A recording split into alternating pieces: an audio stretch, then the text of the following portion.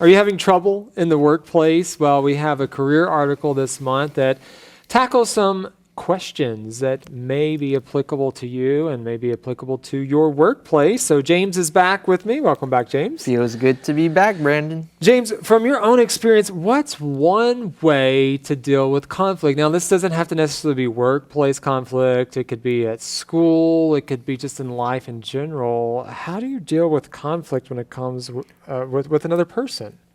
Well, I think when you're dealing in conflict with another person, it's important that you are cool-headed and don't let your emotions take too much. What do you mean when you say cool-headed? Like, do you have your head in a bucket of ice? Like, what do you mean? Well, when I mean cool-headed, I mean just keeping a cool attitude. Like, don't be too overwhelmed. Don't be calm, right? Be calm. Don't be so angry all of a sudden and an outburst of emotion. So how do you keep from getting angry? Maybe someone says something to you and it makes you really angry. Do you just lash out and say something right away, or what do you do? Well, you got to tell yourself, first of all, that you need to tell yourself that you need to calm down. You need to tell yourself that. So you have to have a conversation with yourself before you have a conversation with the other person. Yes, because the other person's not going to tell you that. Right.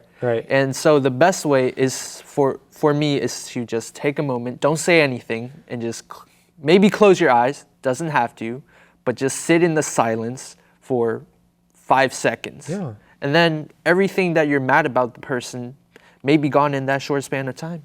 You know what this reminds me of, James? There's a proverb that says a soft answer turns away wrath or anger.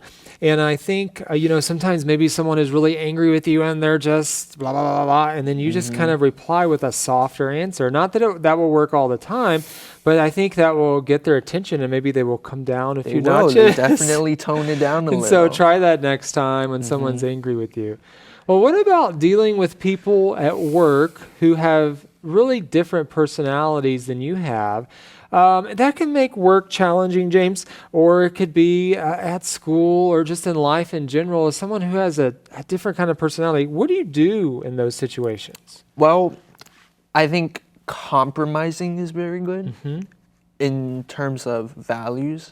Yeah. And also kind of thinking about the situation in his point of view. Yeah. Even though it may not be what you think is right. But if you understand what the other person is thinking, put yourself in their shoes, right? Exactly. Really then good. Maybe it gets a bit easier to come up halfway and make a solution that works for both sides. Really wise words from such a young man, right? It's important to put yourself in the other person's shoes.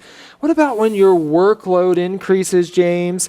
What do you suggest doing? How do you stay efficient when that workload increases? Well, very important.